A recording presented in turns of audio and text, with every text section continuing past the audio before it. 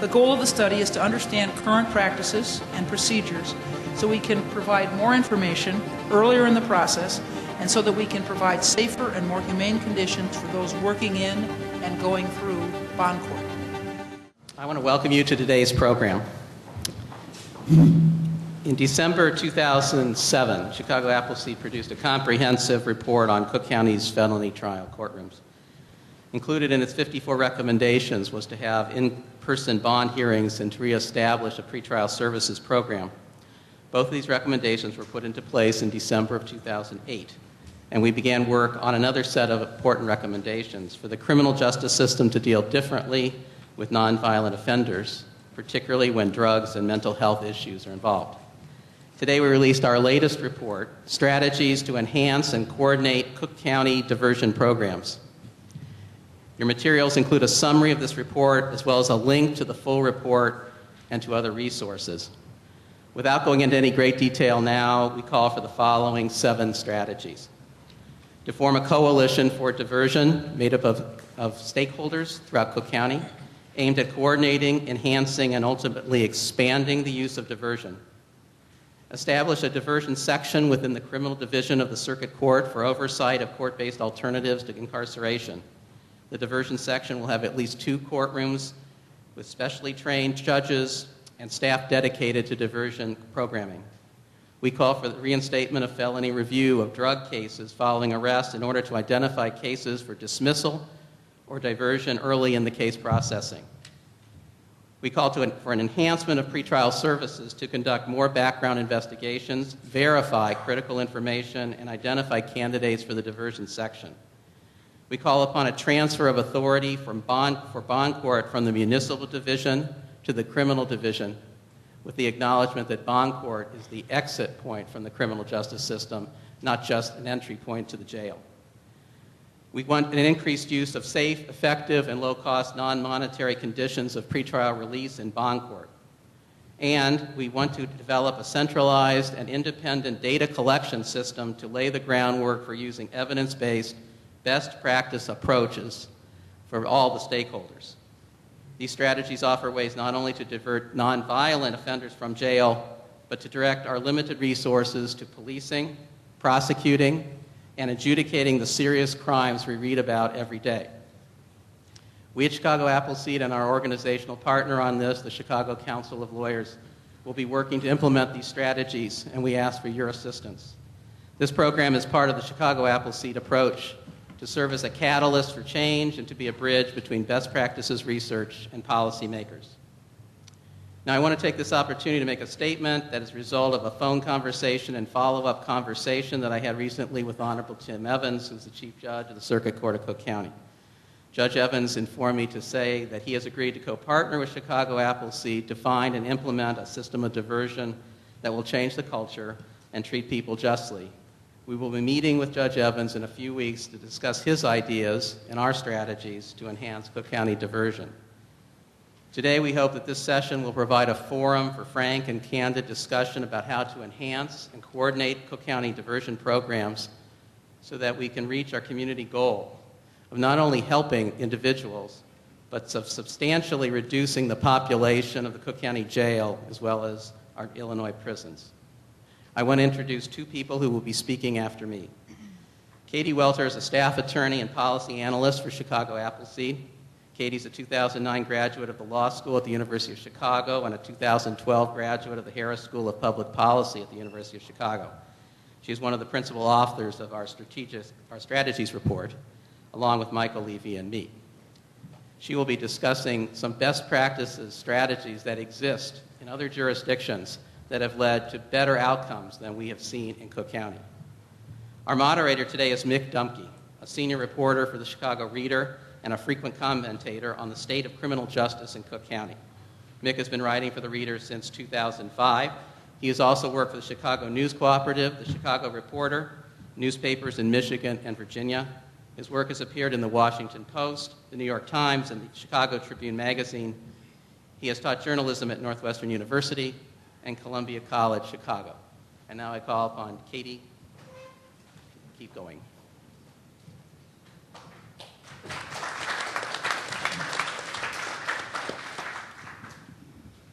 Thanks all for coming. Malcolm asked me to give examples of where the strategies he listed have been adopted successfully elsewhere.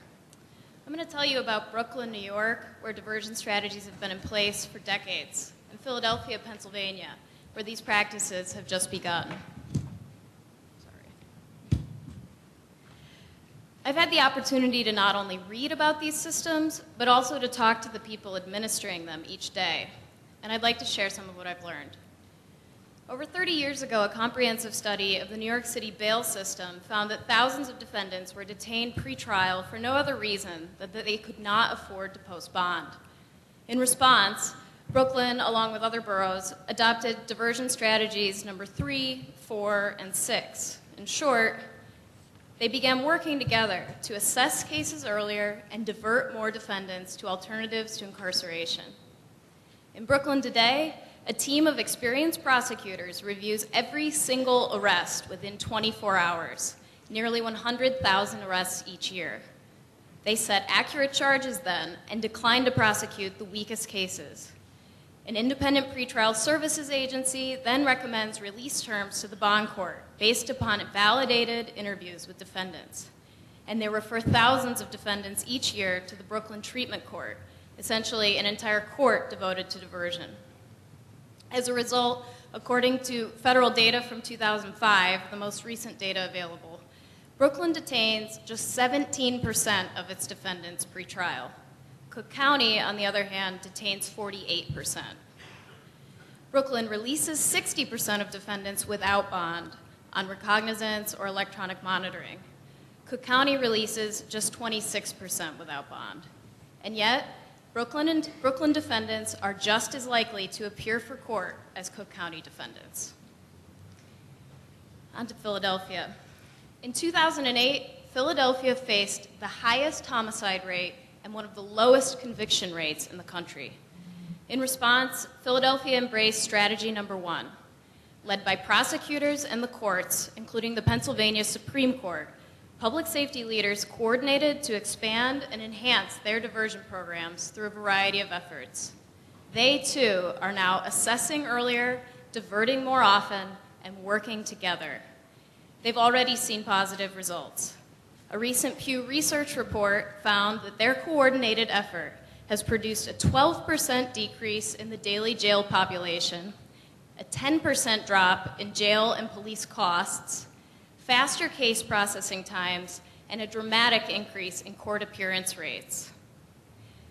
Brooklyn and Philadelphia are similar to Cook County.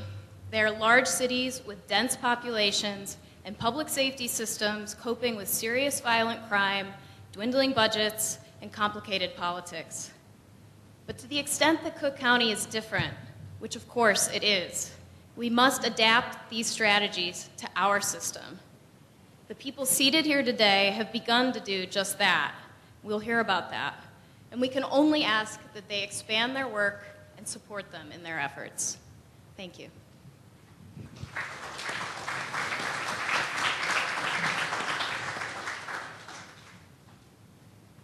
Hello, everybody.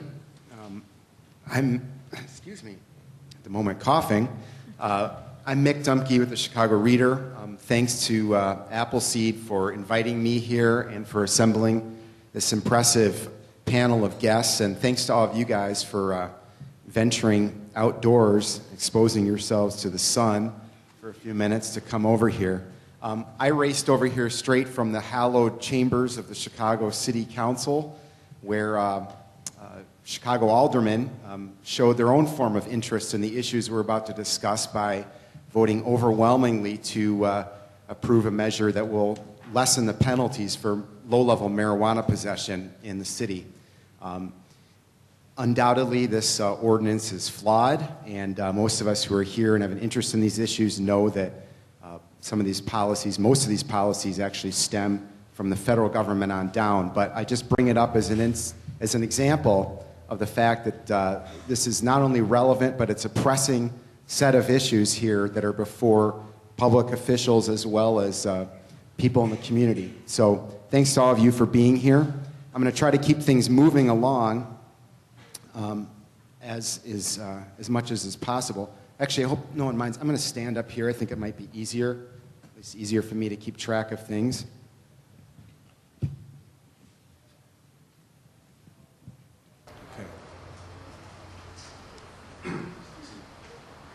I'm going to introduce our panelists here, and each one of them has a very impressive set of credentials, so I hope they'll pardon me if I kind of give you guys the abbreviated version so we can get on to the discussion. The first, not the first, but I should say the first person to my left is the Honorable Judge Paul Beeble, who is a graduate of Georgetown, was admitted to practice law in 1967.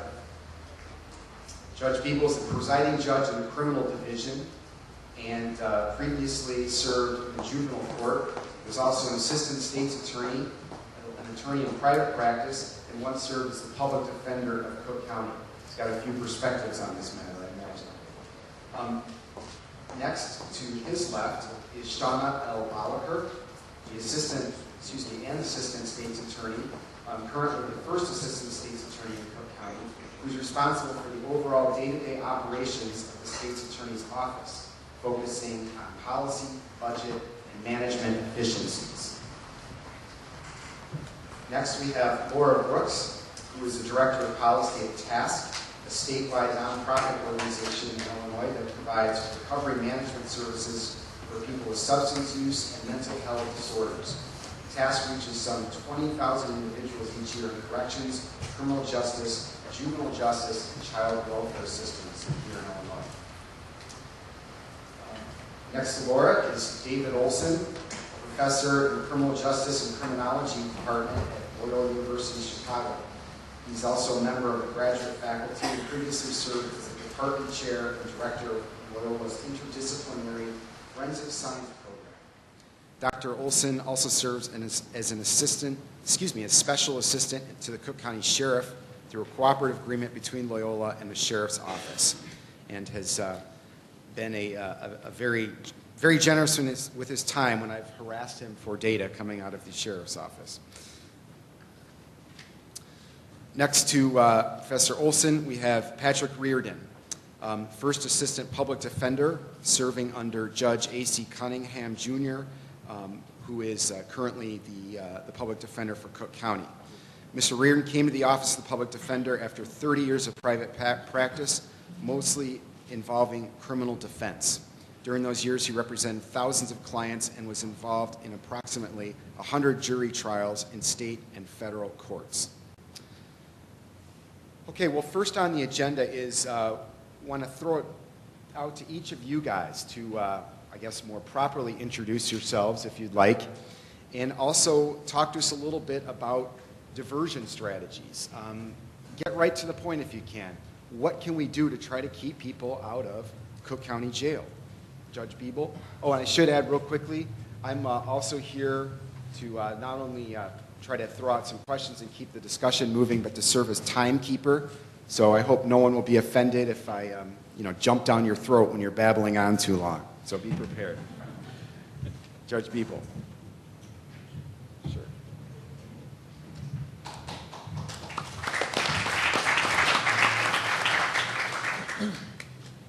Thank you for coming today. We are involved in a very large and complicated criminal justice system here in Cook County. The courthouse that I oversee is the largest and busiest criminal courthouse in the United States. I have 38 jury rooms, 31 of them physically located at 26th Street. Last year we decided over 20,000 cases with nearly 2,000 trials, which is far more than any other courthouse in America, by far. And the reason for that is we have a large amount of bench trials, which is virtually unknown around the country. New York and Los Angeles average about one bench trial per judge a year. Last year, we had 1,400 bench trials, plus with 38 judges. About 85% of the cases that we have in Cook County result in pleas of guilty. That's one of the issues we have to look at, is what can we do before we get to the plea? Can that plea take place earlier in the system? And that's the challenge that we have. But the other challenge that we have is that 10% of our cases go to trial, which is probably the highest that I've seen among the jurisdictions that we've researched, 2 to 6% of cases normally go to trial. So we find ourselves with a very heavy trial docket. Now, we're talking about diversion, but I'd also like to talk about recidivism, because that's really what we're talking about here. Can we divert, and so these defendants won't come back into the system? Keep in mind that the generally accepted figure is that within 3 years, when people get out of jail or prison, 50% fully will be back in the system. 50%. I think it's one of the real issues that we have to face as a criminal justice system. And as a people, quite candidly, what are we going to do about that? And this all interacts here. To that end, starting in 1998, we had our first drug courts. In 2003, we had our first mental health courts in Cook County. Today, we have 19 problem-solving courts in Cook County, involving drug courts, mental health courts, veterans courts, felony prostitution court, and a youthful offender court.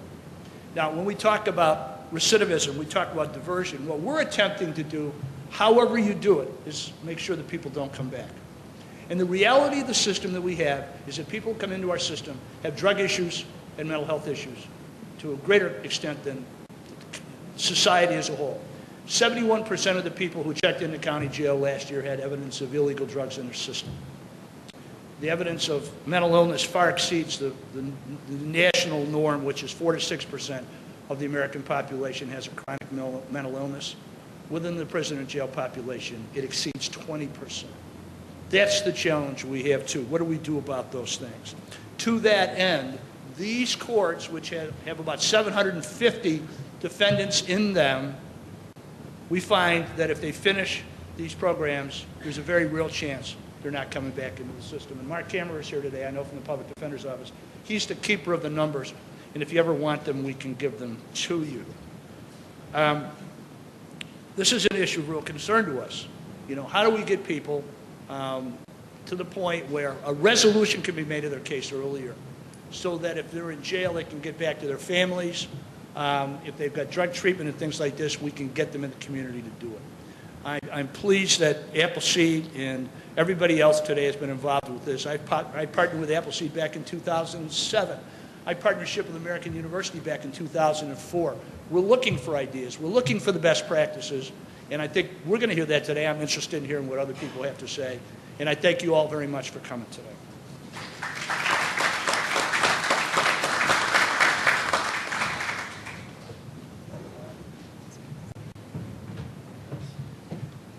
Hi, welcome. My name is Shauna Bolliker, and I too will thank Mark Kammerer, my partner at the State's Attorney's Office, very much for all of the work that he has done over the last 12 years at the Cook County State's Attorney's Office. And also want to extend my apologies to Anita Alvarez, who can't be here today. But this has been, diversion is something that is first and foremost in the State's Attorney's, on the State's Attorney's mind, and one of the projects that she champions since her time in office in the last 3 years. You know, everyone at this table I need to thank in one way or another, including Mark, including Jim Lewis in the audience, with the Chicago Community Trust, including Meg, including a lot of people here who have helped us along our way. Judge Biebel talks about the past and the way he started bringing diversion into Cook County, and how we kind of tagged along, if you will, having about 3 programs with Judge Biebel's blessing and many of the people in this room and at this dais blessing, and now have gotten to the point where we've got about 29 programs overseen by Judge Biebel and the judges at 26th Street, as well as all the districts. That's always been something that's been very important to our office, Mark, and all of the individuals that have been involved, that this is something that's not just involved in the city, in Judge Biebel's purview, but also extends to all of the other districts within Cook County, because we are so very large. Just from a little perspective, and I won't belabor this, but in 1998 we had 3 drug courts, 1 drug school. Now in 2012 we have 5 drug courts with a total of 750 people. Back in 1998 we had a total of 300 people that were involved, as well as 1 drug school. In 2004, our mental health courts reached 2. We had about 25 people in those mental health courts. Now we have 7, and a misdemeanor mental health court, again, with the blessing and the thanks of Chicago Community Trust, we've now raised our numbers to 200, and we'll hopefully raise those numbers much larger with this new grant that is beginning. In 2009, our veterans and service members, which was championed again by Mark and by Judge Beeble and the individuals at 26 and Cal, has now expanded into many of our different districts. We had a total of about 25 in 2009. We now have 6 veterans courts in 2012 that total 75. We have on the horizon a veterans court that is going to deal with domestic violence, veterans that come back that have had no history of domestic violence, that have by virtue of serving our country, post-traumatic stress, other issues that they encountered in service. We are looking at approximately 25 individuals that we hope to serve within the next year, starting late this summer or early this fall, as well as, again, with thanks to Chicago Community Trust, our misdemeanor veterans program, which is also due to begin very soon with hopefully 100 individuals through that program. Prostitution Court, which again was really championed by Judge Beeble, which exists at 26 in California, and that volume increases on a daily basis, and is headed by one of Judge Beeble's judges, Judge Rosemary Higgins. There's a misdemeanor prostitution court as well as other 3 misdemeanor prostitution courts that deal with various levels of prostitution, as well as an offender court. In 2011, we had 2 misdemeanor retail theft courts, a retail theft and a conflict resolution, which totaled it served about 125 individuals, and our felony deferred prosecution, which served about 100 individuals. When we look at the work that we do, at least from my perspective in my office, it's 5 assistant state's attorneys that work part-time, that basically go out to all of the districts, as well as 26 in California that had these courts under the direction of Mark, and 2 full-time assistant state's attorneys. They man these courts and assist the working, again, with the public defenders who have been wonderful in our cause, in all of our cause. And like I said, this is a collective thing. This is not something any one of us can do alone. But we look at it as our recidivism, as Judge Beeble talked about 80%. About 80% recidivism. We are looking at maybe 20 to less than 20% of individuals that actually do recidivate, which is a tremendous number. We also look at about a savings of about $12 million or $12.5 million a year just in this last year, again, which is something that we're proud of. We know we have a very long way to go. We know that there are many things that are still going on. Our deferred prosecution program, which is a tremendous program that started about 18 months ago. Again,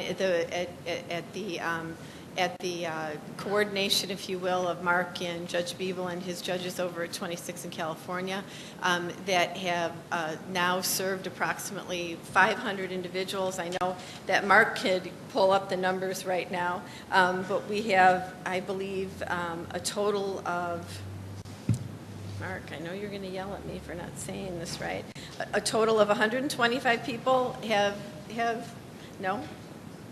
175 people have actually been dismissed from that program. This is a program that allows first-time offenders to walk away without a felony conviction once they complete that 2-year period of probation, which again is another tremendous program for our individuals. 500 people are currently in that program, and the great thing about that is that 2 people have violated that program, 2 people in those 18 months. So the numbers are really, I believe, at least for the program being around for 18 months, just staggering.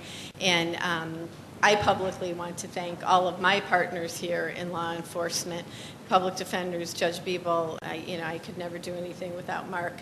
But again, we are always open for suggestions. We are very blessed by the help that we get from Chicago Community Trust and another small grant that we do have.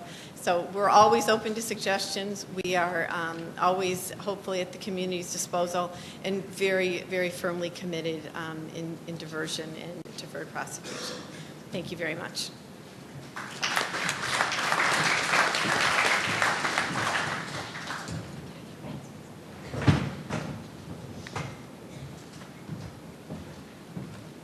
Good afternoon.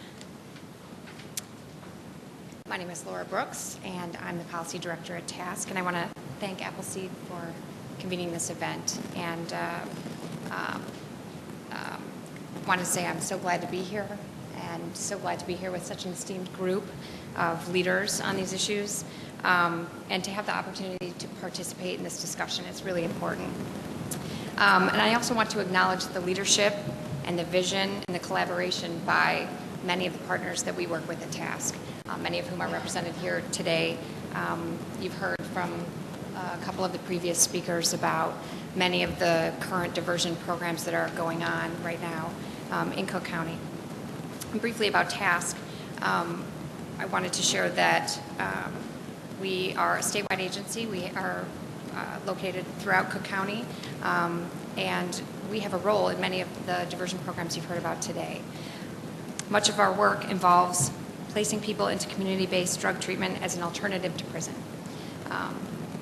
And we support them with case management as they go through services. We also monitor them on behalf of the courts so the courts can remain aware of their progress. So what I want to say today is that there's more we can do, as the previous speakers have talked about.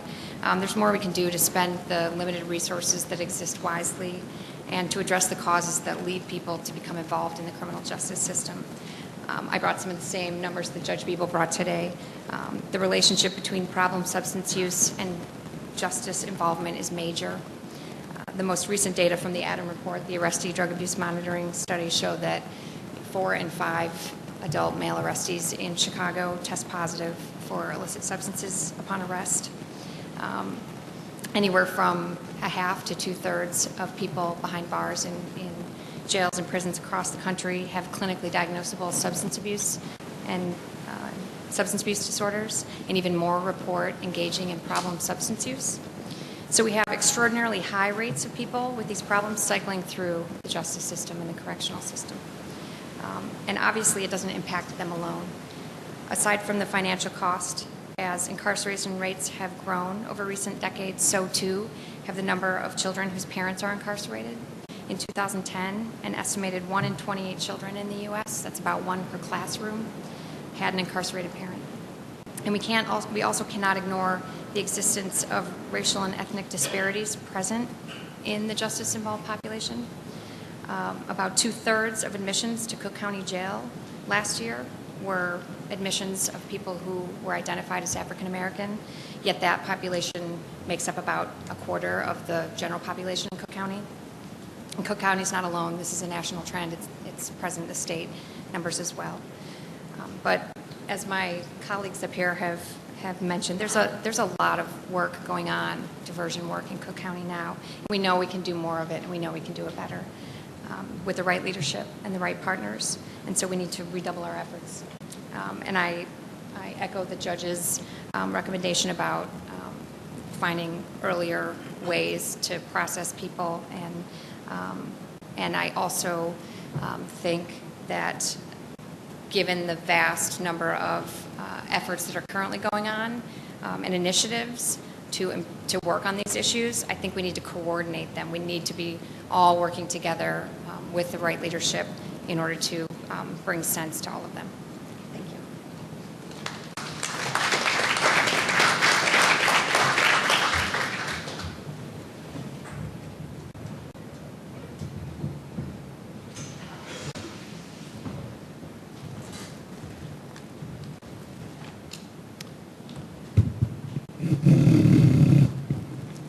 Good afternoon, everybody.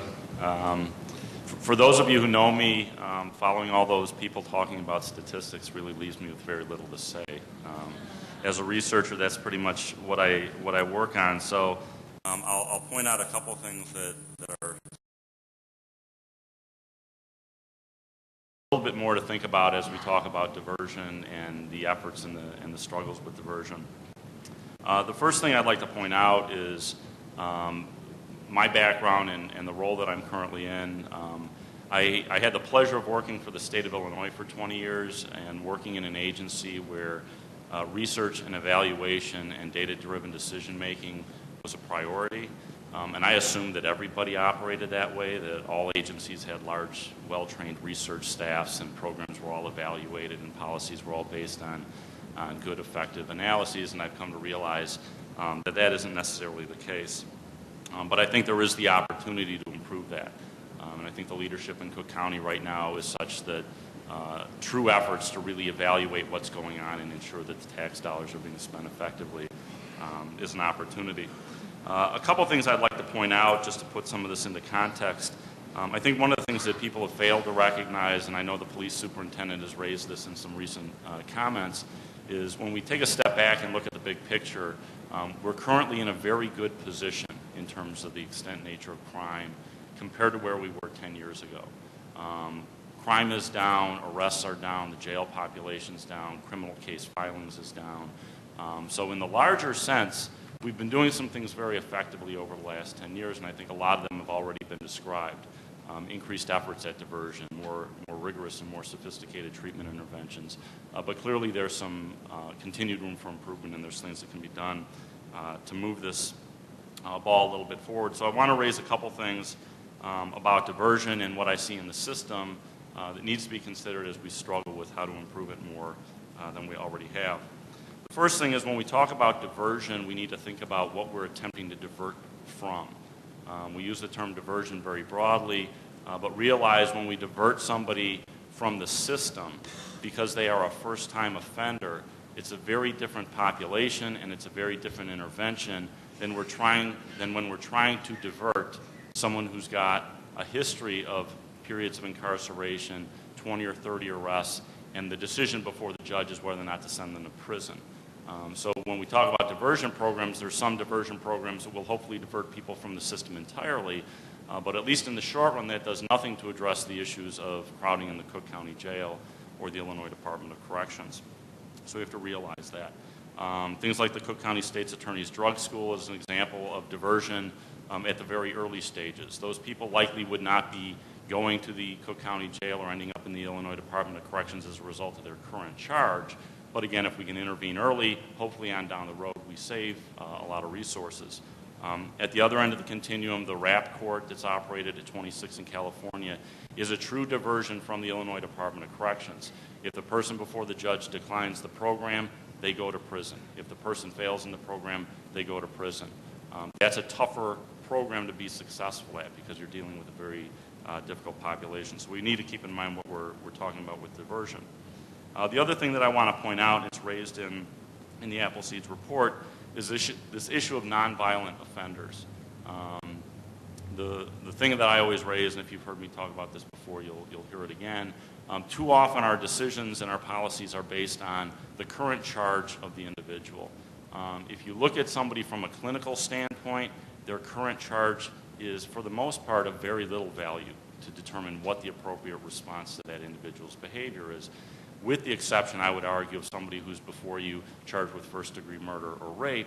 The decisions about bond, the decisions about whether or not that person upon conviction should be incarcerated is relatively simple and actually dictated by law. But when we talk about the majority of other people going through the system, we need to get away from this idea that what they're charged with defines their behavior and their needs. So we need to move towards where we're doing more formal assessments of people earlier on in the decision-making process, so decisions are actually based on more clinical information and information that tells us a lot more about the individual. To raise this and get you to think about it, the way I oftentimes describe it to policymakers is eventually everybody who's convicted and sentenced will get an extremely detailed and thorough assessment using evidence-based instruments, validated instruments that will tell the person who needs to decide the appropriate treatment response what that treatment should look like. Unfortunately, if you heard what I said, it's after the person's been convicted we do this. Eventually, we're going to do it on most people, but unfortunately, we do it after we've already sentenced them to prison or after they've already been placed on probation. So I've long advocated for the idea that these assessments that are much more formal and thorough should be done much earlier on in the system, so the decision-making from the point we start working with an individual can be based on a much better understanding of what their risks and needs might be. Even something like an individual's criminal history record. Think about how many times their criminal history record is reviewed and evaluated by people in the criminal justice system. The police review it when they pull somebody over. The state's attorney looks at it when they're making charge decisions and bond recommendations. The Cook County Jail looks at it to decide on security classification, on and on and on. And so multiple people are looking at this, and they're all possibly interpreting it differently, using it in different ways. So there's clearly some things where we could have more standardization and more information sharing that would make the system more effective and efficient. The last point I'll make, and it relates specifically to the Cook County Jail, is on the handout that you received on the back under additional resources, there's a link to a number of reports that we've published with the Cook County Sheriff that if you really like the statistical stuff, go look at it, and it'll give you more statistics than you ever want to see. But there's a couple things that I want to leave you with to make you realize how we can have impacts on the system through relatively simple efforts. The Cook County Jail receives about 70,000 people a year, and each year they release about 70,000 people. The Cook County Sheriff's responsibility has very little to do with who should be released. Their decision is, who do we have in our custody? What has the judge indicated that they have to put up in terms of bail before they can be released, or we'll release them after the case has been disposed of. Because of the size of the jail population, relatively small changes in practice can lead to relatively substantial changes in the jail. The example I like to give is if everybody in the Cook County Jail spent 1 day less in the jail's average daily population would decrease by 200 people. Right? On the other hand, if everybody spends a day longer in jail, the average daily population of the jail will go up by 200. Realize that people in the Cook County Jail don't stay for years on end. Right? So if we divert one person from the Cook County Jail, we've diverted someone who would have accompanied or accounted for or used up a bed for about a month. Okay? So it's not reducing the jail population that dramatically to divert one person. But when we can get up to scales where we're reducing hundreds of people or reducing their lengths of stay through some of the things that have already been touched on, that's where we can really see some longer-term sustained reductions in the jail population. And I think that's a lot of the impetus behind some of the discussions in the county, given that that's one of the most expensive components of the justice system. So I'll stop with that.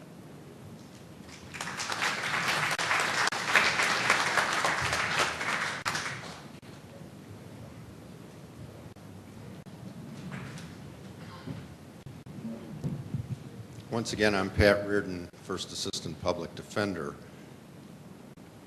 The first day, practically, that I was in my job, I got tagged and pulled by the arm by one of our deputies, Amy Campanelli, who said, "Come on, I want you to go to a mental health meeting." And since that time, Amy has cooperated with many people, Mark and Shauna's people, and there are mental health courts all over the place now. It's a wonderful change. We have a lot of diversion courts. Shauna has talked about them. We applaud them. The deferment program is one of the best things the state's attorney's ever come up with. I think it's an excellent idea, and our people are the ones who represent those folks when they get down to 26th Street for their deferment call. You've heard all these numbers and statistics. Shauna went through the many kinds of courts we have. You've heard the numbers of cases. All I'm going to tell you is that the public defenders represent well over 20,000 felony cases every year and well over 250,000 misdemeanors and juvenile cases combined. When you look at those numbers, you start to talk about processes and statistics and how to resolve things, but I just want to remind all of us of the importance of those numbers, because behind each one of those 20,000 felony cases is somebody who has been a victim of a crime and somebody who is rightly or wrongly accused of that crime. And that's what we're here for, because the state's attorney's office and the public defender's office are involved with people who are in the midst of personal tragedies. That's why we're here. We are dealing with lives that have been broken somehow by this process. And when we talk about deferment calls, and when we talk about doing something about these folks other than just sending them away, we are trying to mitigate that tragedy, and we are trying to just a little bit repair those broken lives. So that's what all these numbers really mean, and please don't forget that as we talk in the abstract. There are real people behind these numbers, and they're hurting.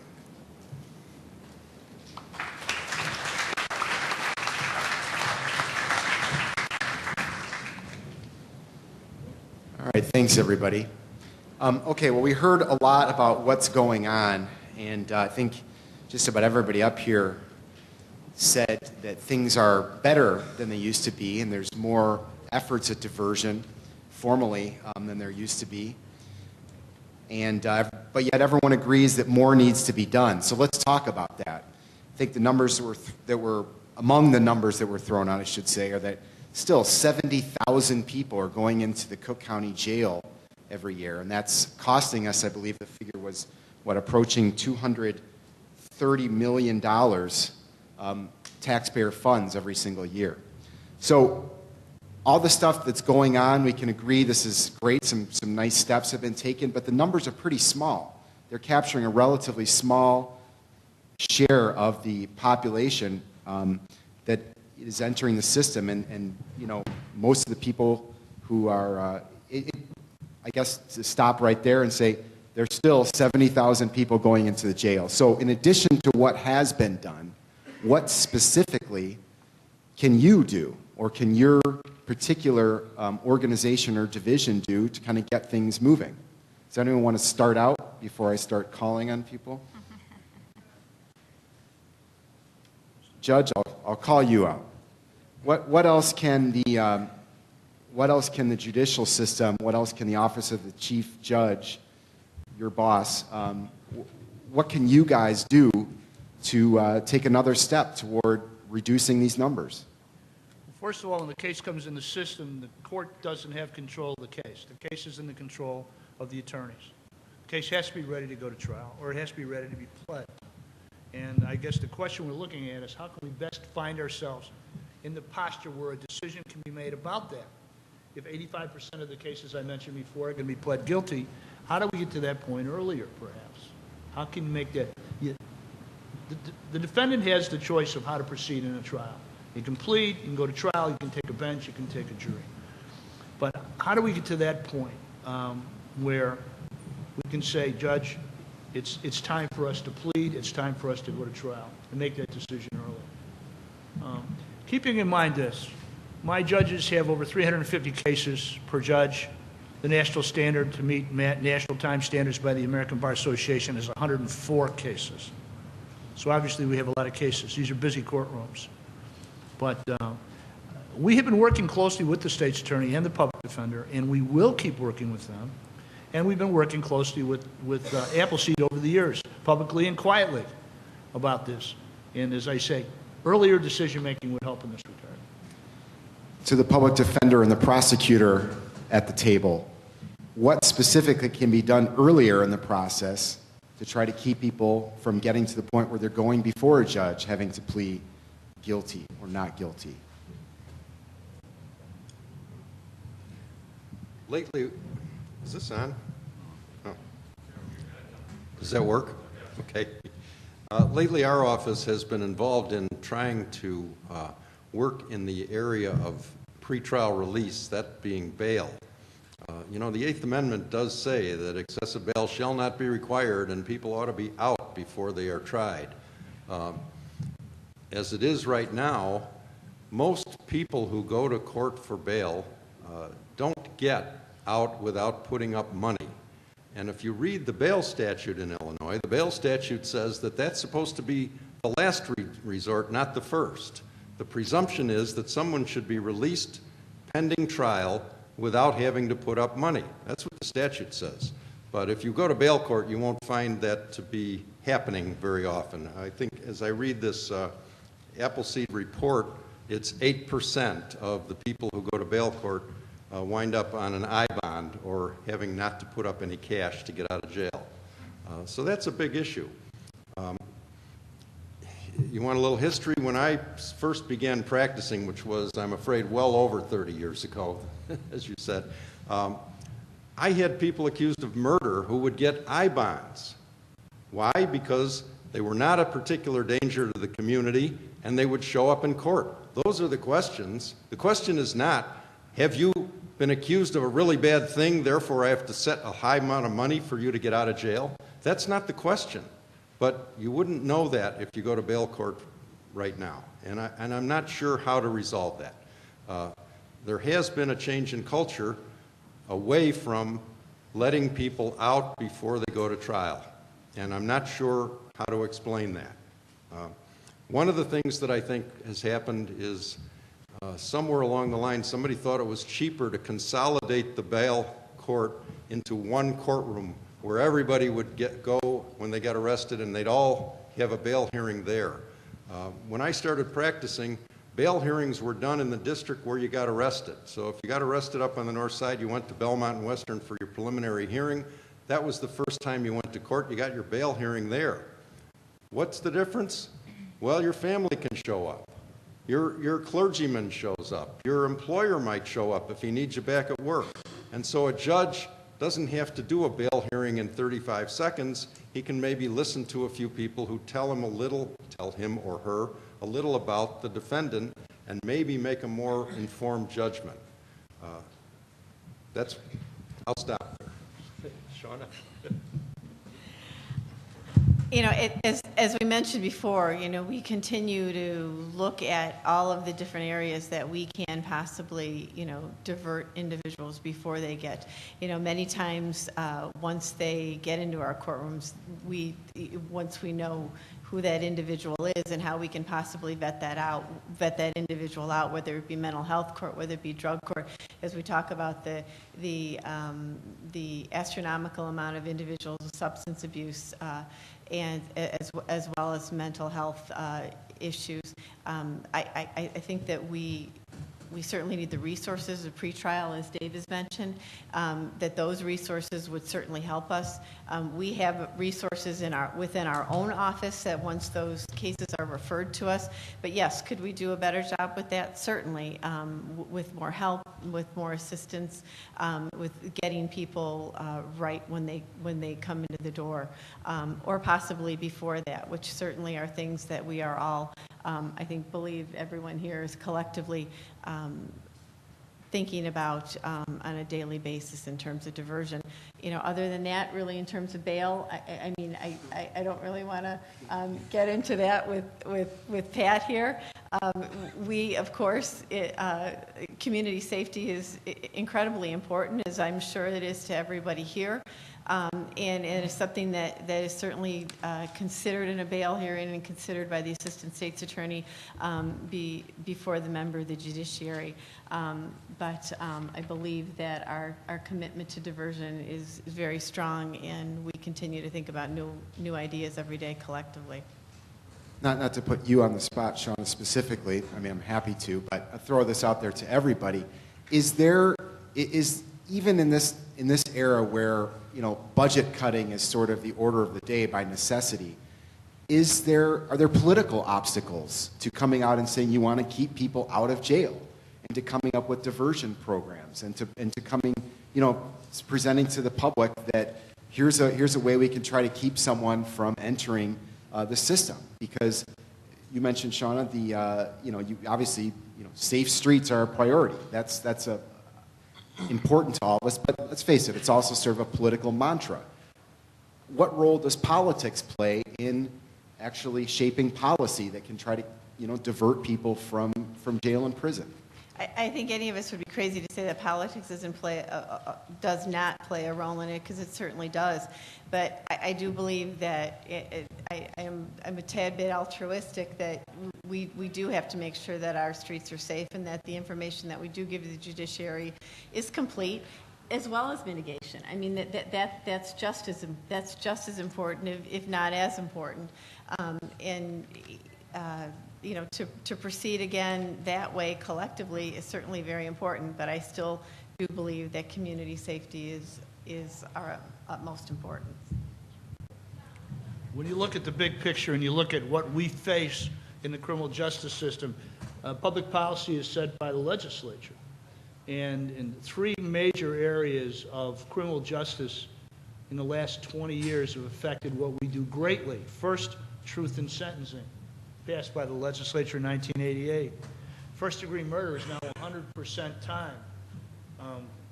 I'm going to confess that 43 years ago on the 1st of July, I started as a state's attorney. And murder at that time, the minimum was 14 years. You did 11-4 or something like that, and you could get out. Now murder with a gun is 20 plus 25, 45 years you have to serve 100%. That impacts how fast these cases go through the system. The Public Defender's Murder Task Force has 368 murders right now on their docket. Every one of those will go to trial. Who's going to plead for 45 years? That's natural life. If you're 25 years old, you're 70 years old. Keep in mind, too, the legislature got tough with regard to guns in 2000. 15 years extra to the main crime if you discharge a gun, 20 if you hit somebody, 25 if you cause grievous harm. And that is, as I say, at 100%. And extended term sentencing with things which involve aggravating factors such as physically handicapped person, gang-related activities, and such. And so what we look at in the system now, we're talking about coming in the system, but we're also talking about how do cases proceed through the system.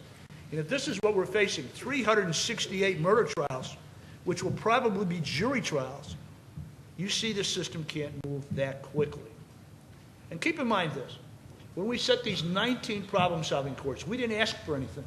We didn't ask for extra judges. We didn't ask for extra prosecutors. We didn't ask for extra public defenders, clerks, anything. The judges who've taken these responsibilities take this in addition to their normal caseload. So people literally have to stop a jury trial on a Tuesday at noon so that Tom Gaynor can hear his women mental health call. So we're getting, more and more responsibility, I should tell you, as our statistics would indicate.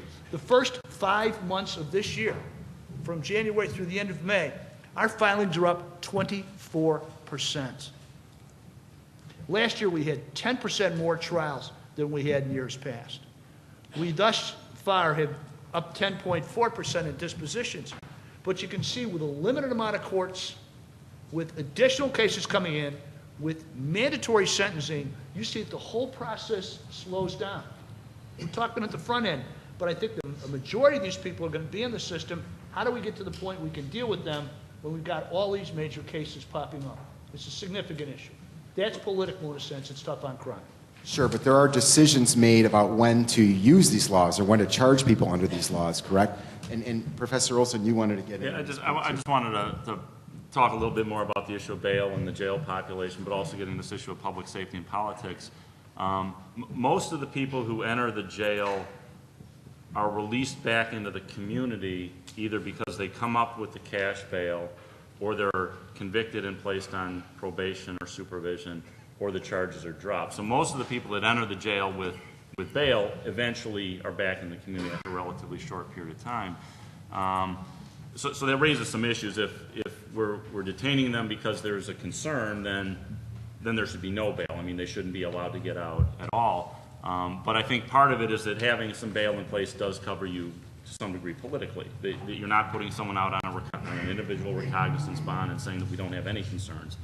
But the notion that will require you to put up $25,000 and that will either ensure public safety or ensure your appearance in court, which most research has found that the financial conditions don't necessarily do that. So I think there are some political issues at play, and I'll point to just one recent example of a defendant who was given a $250,000 bond on a drunk driving case, who posted the $25,000 and shortly thereafter fled to Mexico.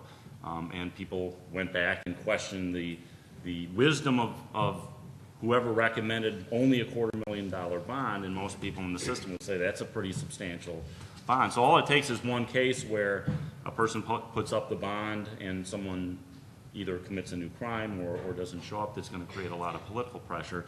And I think Judge Beeble's point is important. The system's processing hundreds of thousands of cases, and without good information, without good assessments early on, what else can we do other than we've got to do what we can at least control. We can control the bond amounts. We can't predict future behavior. We can't predict the likelihood that that specific case is going to be the one that hits the front page of the paper, and all of a sudden everyone's questioning our wisdom with the one case out of the tens of thousands that we handle that might have that kind of an outcome. Laura, we haven't heard from you in a little bit. What can happen before this process even kicks in? Is there something that can happen to try to keep people away? I think a couple folks have alluded to that idea that we find out a lot about people who are in the system after they've gone up before a judge, and oftentimes after a verdict has been rendered. But is there something we can do earlier on to get at some of these issues? Well, we wholeheartedly support what Dr. Olson is talking about in terms of providing more comprehensive assessments that will help make decisions not only based on the charge. I think giving sort of a universal screening really early would go a long way in terms of sort of weeding out the people who will find their way out anyhow, but get stuck in for a little bit of time. I think also that felony review, the recommendation number 3 in here, I think that's an area where we could think about making an impact. We did some work, a task with the Illinois Disproportionate Justice Impact Study Commission a few years back, and through the data analysis that was done with that group, found that with 2005 data, 60% of class 4 low-level drug possession cases were eventually dropped or not charged or dropped. Is that right?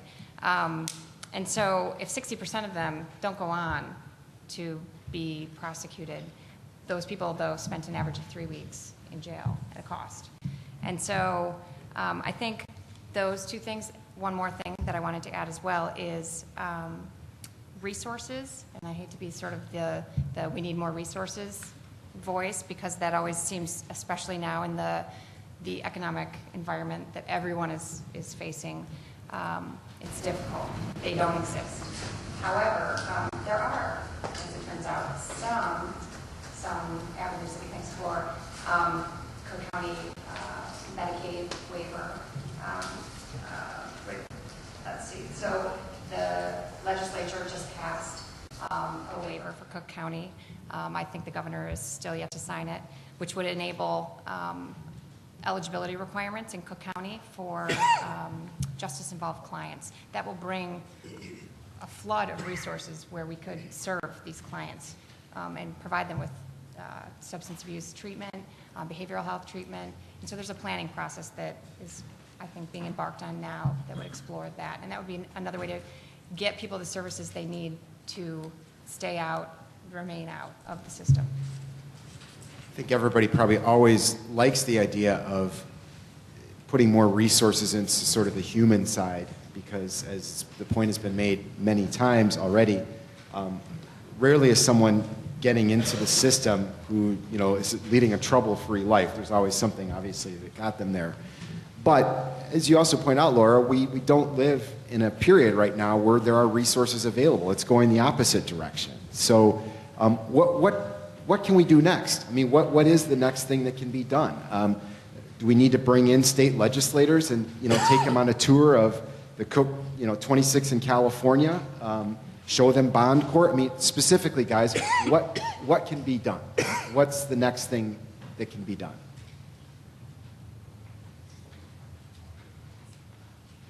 Don't everybody jump in at once. We have engaged in tours like you've talked about and have actually found that to be really helpful. I mean, I think painting, leaving someone with the human face, like my colleague from the Public Defender's Office talked to, I mean, these are people. All of them are people, and we all know that. We work with them. So leaving a decision maker, an elected official, with a human face and a story that they can reference when they're on the floor pushing the button to vote, I think can be really impactful. All right, I'm just going to start at one end of the table and work down. Pat, what could you and your office do that hasn't been done without any more money? Because that's the reality of the situation. Why haven't you done it already? Yeah. Tell us how to solve the world's problems, please. Well, that's the ultimate problem is what my colleague says. If I knew, why haven't we already done it? But we are doing some things, and as I said earlier, in cooperation with the state's attorneys, we're doing some things about deferment. But think about it, with all of the cases there are, that's still a very small number in the great scheme. And we make a small dent, but not that significant a dent in the jail population with these deferment and diversion programs. I applaud, by the way, the state's attorneys for that effort because, you know, we all remember Willie Horton, and the state's attorney's office has been willing to take on doing the right thing, even at the possible risk that one of these folks will do something stupid and will get arrested, and there will be a splash in the headlines that the state's attorneys let this person out. They should have been convicted and thrown away long ago. And I applaud them for having the political courage to do that. But getting back to your question, I think the biggest thing that we can do right now is work in the area that I discussed, that area, the pretrial release area. We are taking steps right now to revamp our way of doing bail hearings. We're bringing in people from Northwestern University. One of them is with us today in the audience.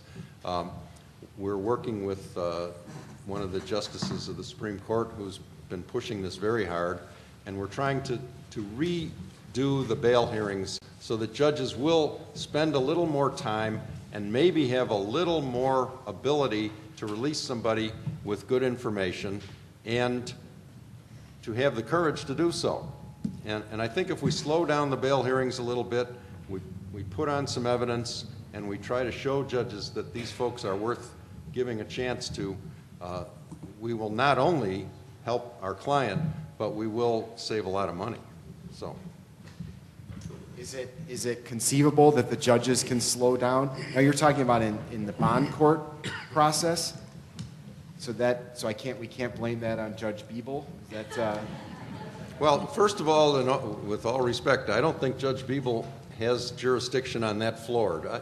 I may be wrong, but I think that the first floor bond court may not even be under his control. So I'll let him answer that. But right, that's what I was asking. So Judge Biebel will actually let you speak for yourself. But I understand bond court isn't under your purview, but is there a way to, just even as your expertise, is there a way, or your authority, is there a way to sort of, get these, get the bond court folks at the table to sort of say, hey, can we slow down this process? Or is it a case where they too are overwhelmed by just the sheer volume and have to keep moving through these numbers?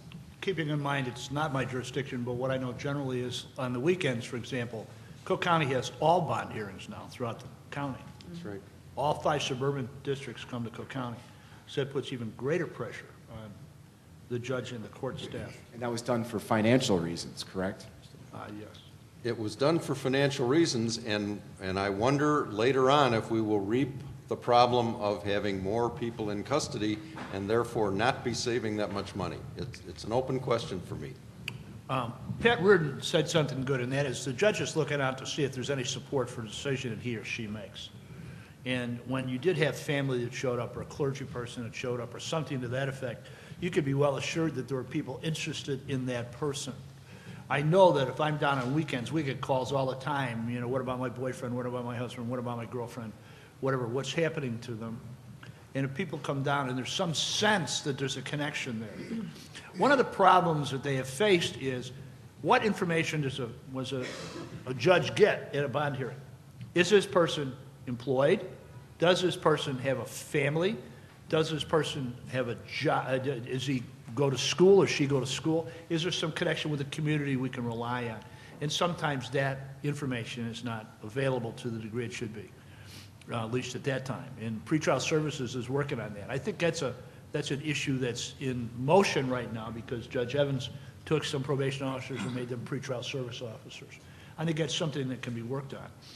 The other thing I want to talk about is the possibility of early pleas of guilty. If 85% of the people are going to plead, when is an opportune time to plead guilty? And if you plead guilty, oftentimes you're going to get probation rather than sit in county jail.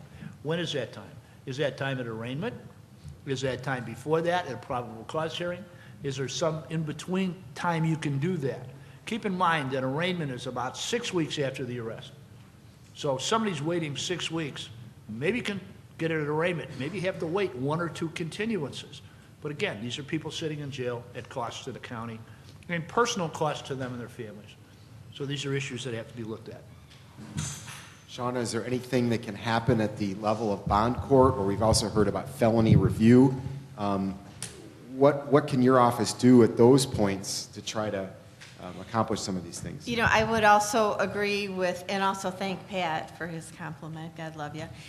But I would also agree with Judge Beeble very much that the notion of bond court, when we look at the weekends now, the weekends both start at 6 o'clock in the morning when my assistants get there and our computer operators get there, and they go away until 4 or 5 o'clock, I believe, in the evening. That both of our colleagues are there, as well as certainly the judiciary. So it does make it more difficult because there are so many individuals. Does that mean that we don't have the clergy, we don't have the family, or when we do, we have just a very short amount of time for the member of the judiciary to be able to consider that in the bond that they're setting, and that does become problematic. When bond court, at least on the weekends, we're out in the districts, we would have a smaller percentages, of course, logically splintered out among the county. It would be interesting to see what the cost savings are. People do as much as they can with the time that they have from the wee hours in the morning till late in the afternoon and sometimes early in the evening. So that is certainly an issue. To get that humanity, if you will, that the humanity involved in the setting of the bond and get that information to the judge, which I certainly mentioned mitigation when I first spoke. So that's certainly something that is incredibly interesting, and it would be something that I think would factor into bond court. In terms of felony review, we have spoken to the Judicial Advisory Council about felony review and the many issues that we've had with felony review over the years. The discretion is in the hands of the police officers. We have many different theories on that and how maybe we could try to help that along. But right now, it's really the feeling of my office that felony review for drug cases would not decrease individuals coming into court, but could possibly, in fact, increase. And it's not something that we believe that right now, not even just right now, that at all would be something that would be helpful. Things like drug school, programs like that would be something that would probably be much more important to at least to discuss at this point.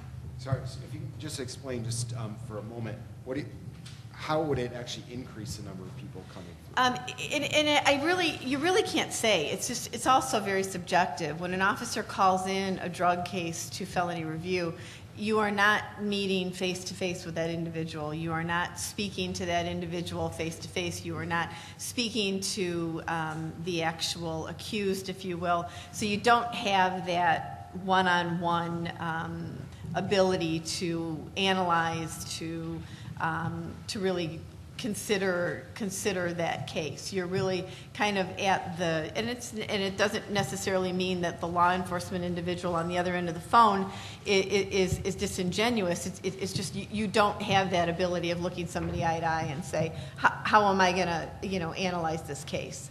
And many times you may fall on the side of I'm going to give the officer the benefit of the doubt. This is the information that I'm getting. And again, this is all just just speculation. There are other ways that we can consider doing things just like this to keep people out of staying overnight in jail and getting to bond court. And I think those are the more important things that we all need to collectively consider.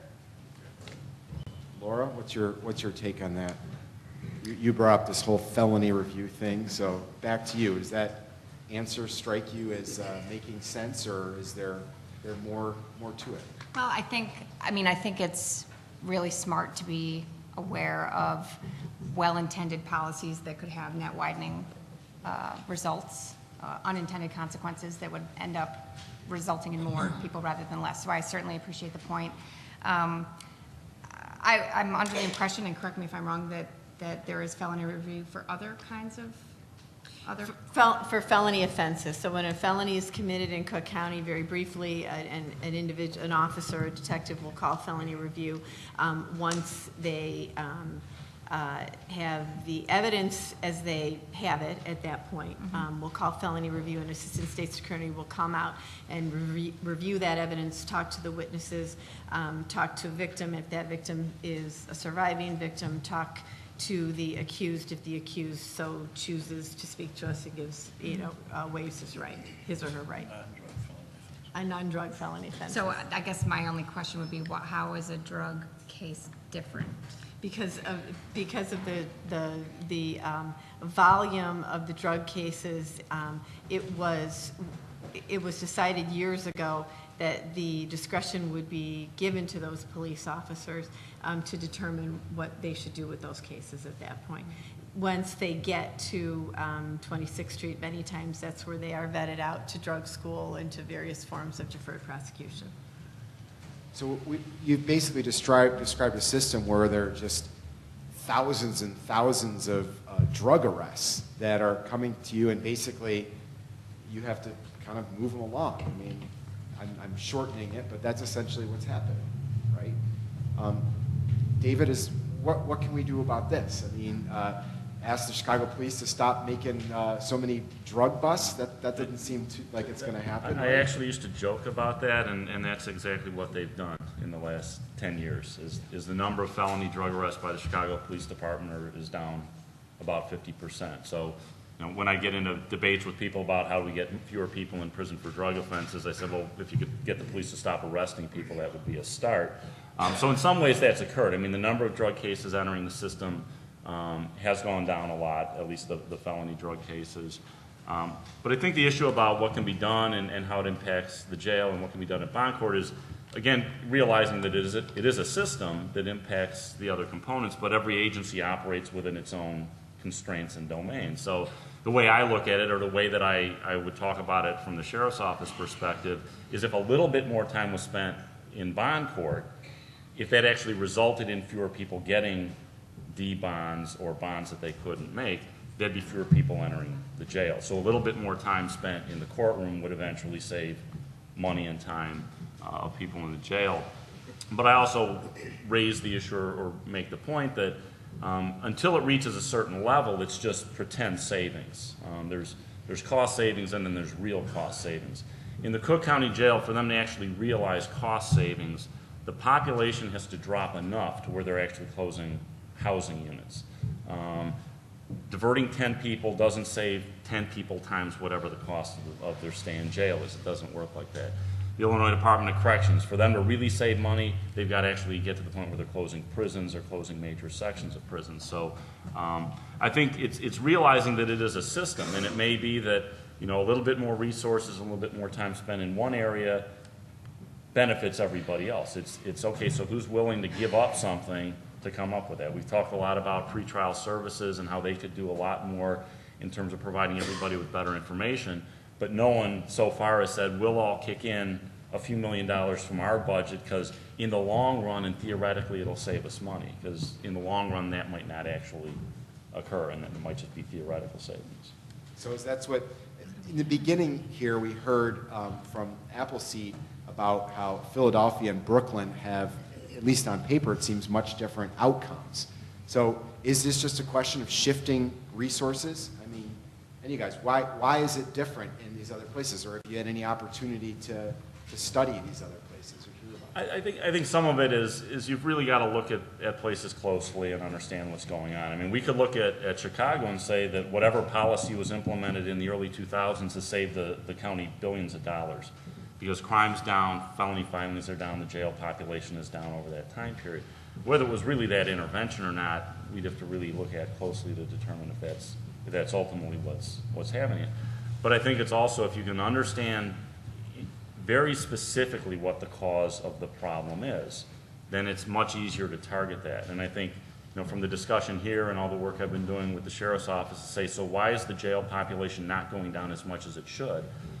We've got 15 different theories and possibilities. Some of it relates to court processing, some of it relates to Chicago Police Department policies, some of it is, as the judge said, relates to sentencing policies in Illinois. So it's not like we can point to one thing and say, if we just did this, we'd address the problem. I know in some jurisdictions they've looked at it and they said, most of our problem is that we arrest people and detain them in the jail because they've got warrants for traffic tickets or something. I think that happened in Philadelphia. So it's just a policy. Okay, if you've got a warrant for a traffic ticket, we're not actually going to detain you. We're going to handle it differently. So. Yeah. And what you're describing, again, is to some degree politics, because each institution, quite frankly, I'm saying this, I'm not asking anyone to agree with me, although I'd love for you to disagree, every institution here has some interest in continuing to do things the way that they have been doing. Am I wrong? All right. Judge, you have comments to make? I don't think so. Oh. I've been doing this for 11 years, and I think there's been movement made. But what we've done is we've partnered with everybody, and we're all on the same page here. I mean, Amy Campanelli's out there next to her is my court administrator, Pete Coulson. They work together all the time. We work with the state's attorney's office. I think it's a cynical view you're taking, and I'm not going to accept it. All right, so let's have something happen. If you look in 2003, we had 300 people in our diversion courts. Now today we have almost 2,000 people in our diversion courts. Although it may be a drop in the bucket, I mean, we are moving forward, I think, in leaps and bounds. When did you become 9 years judge? from that. 2001. There you go. So I mean, we have been doing what we can. Like I said, 5 part-time assistant state's attorneys and 2 full-time, and God love Mark, who helps with all of these courts. Our deferred process, even in the last 18 months, has captured over 500 people with 2 failures. I mean, I think we have done a lot of good.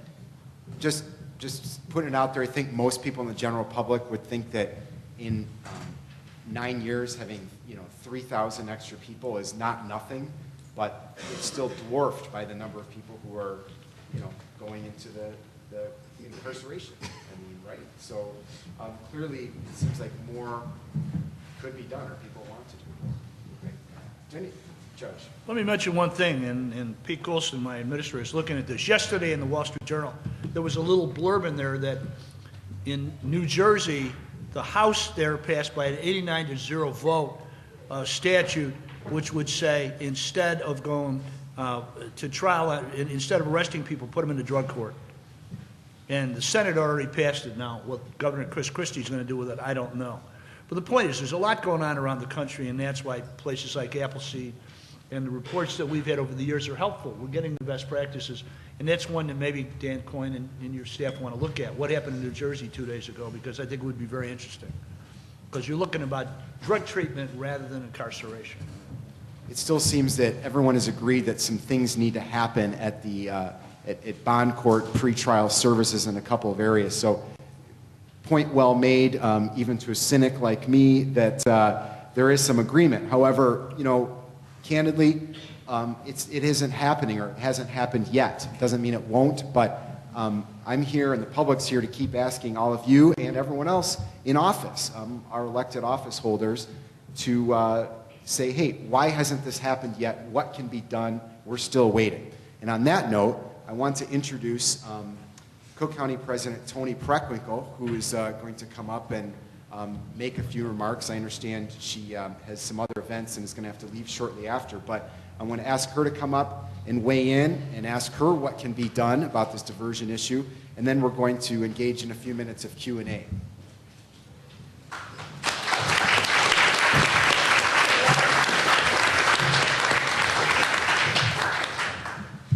Well, good afternoon, everybody. All right, one more time. Good afternoon. Good afternoon. Thank you. Thank you. So I want to thank Mick for that kind introduction.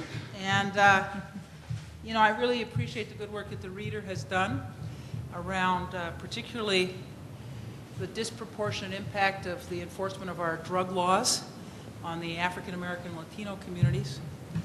A couple years ago, the Black Caucus, Legislative Caucus in Springfield asked that this issue be addressed, and a study came back saying that basically for the same drug offense, the offender has pretty much the same background.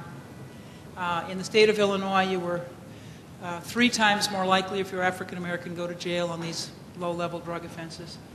And in the county of Cook, 8 times more likely to go to jail than somebody who was white. So we've got some serious issues that we need to address. I want to thank everybody involved in today's forum, those who planned it, and those who put it together, and those who have participated in the discussions this afternoon.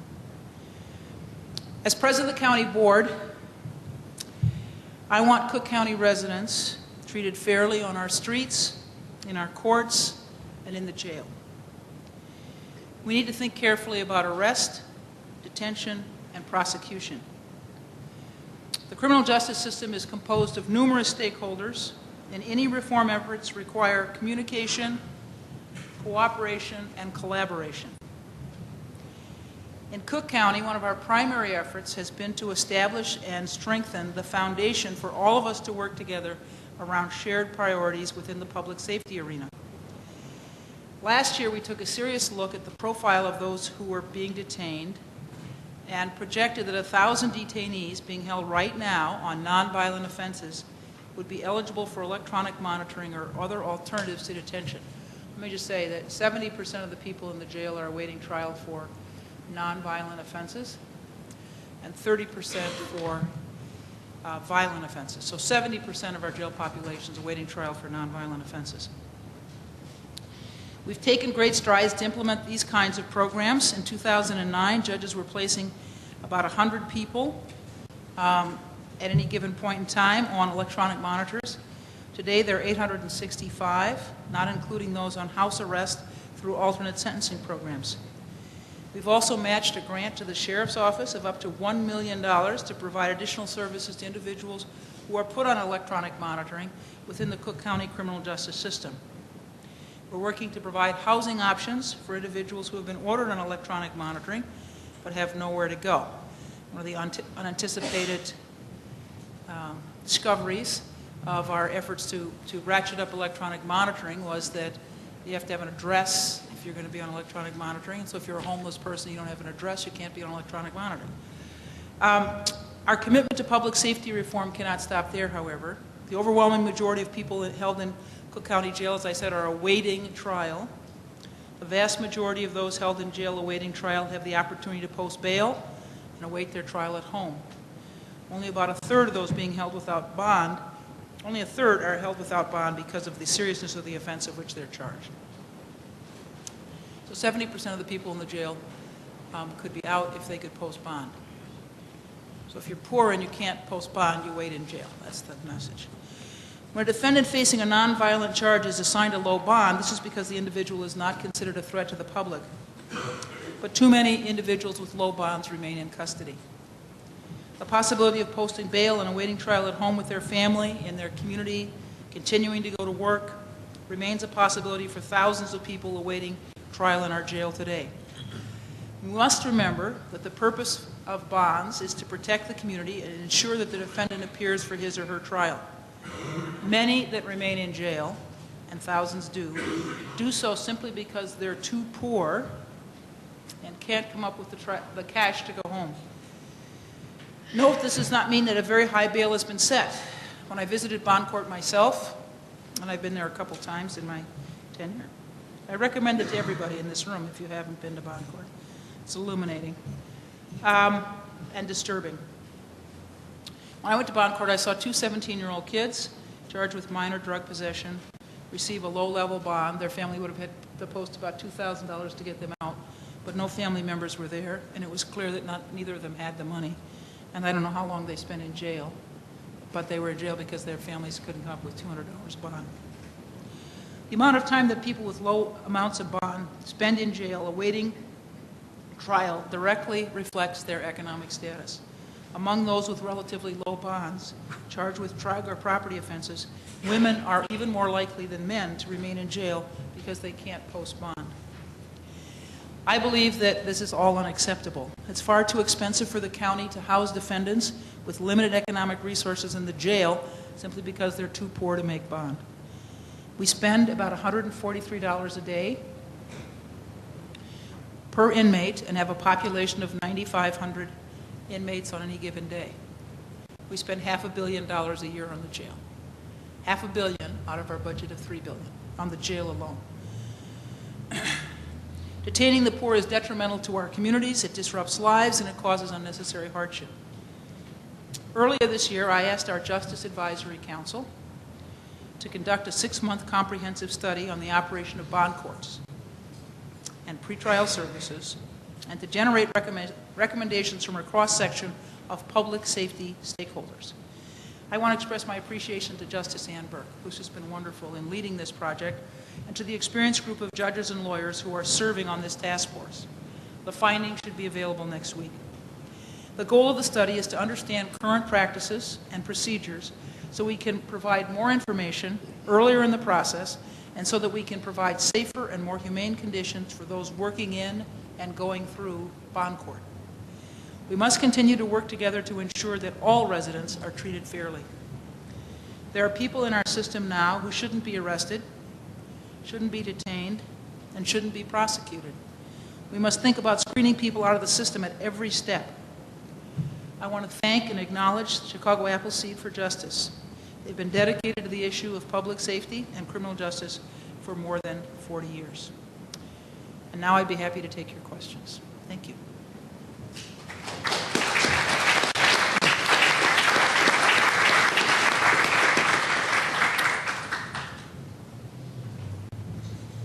Yes, could you tell me who you are, please?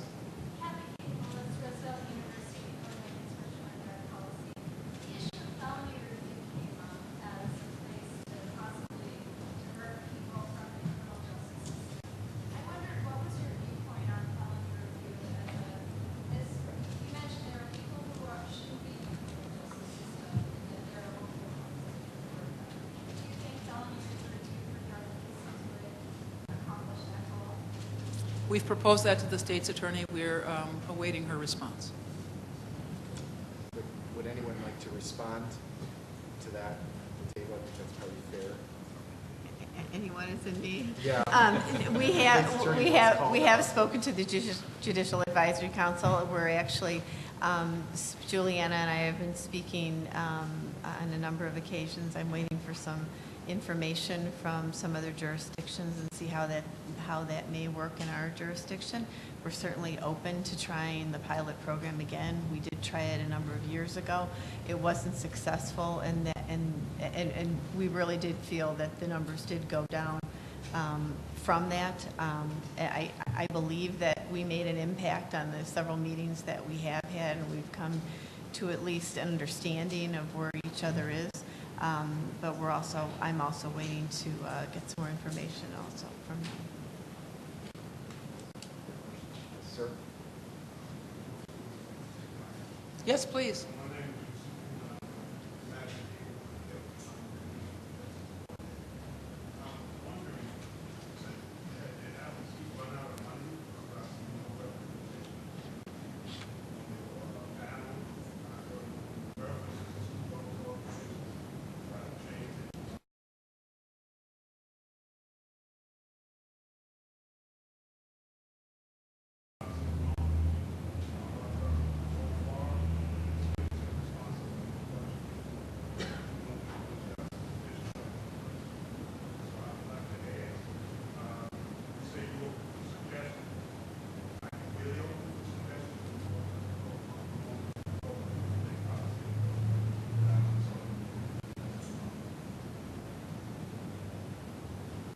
I'm not sure that, no, I know.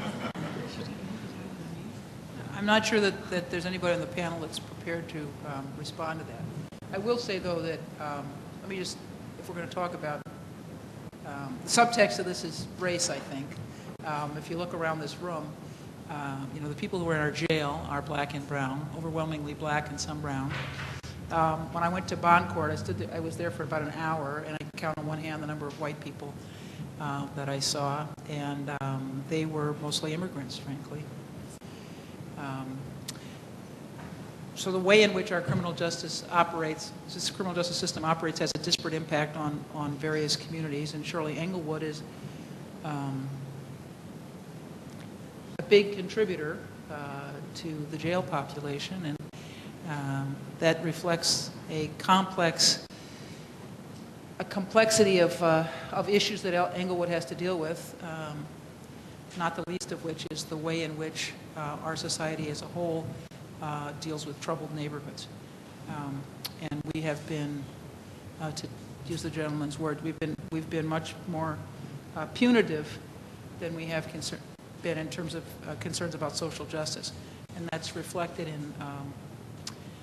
in our jail. I usually say, much to the dismay of people in criminal justice, that the jail is the intersection of racism and poverty in this country, not just here, but across the country, and it reflects very badly on all of us. And that, by the way, is no reflection on the good people who work there every day and struggle to make the best of a difficult situation.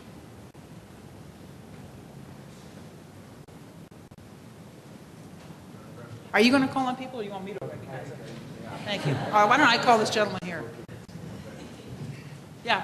Good afternoon. My name is Brian Terrell. I'm actually doing a project on health disparities affecting race, poverty, and discrimination.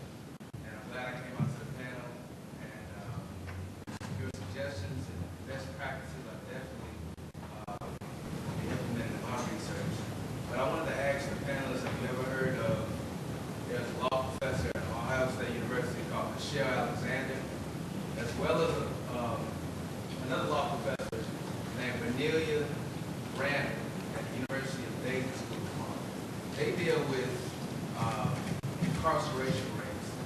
And when you look at the books and the writings, the scholarly articles, I want you to be objective about what they're saying and how they're getting their point across.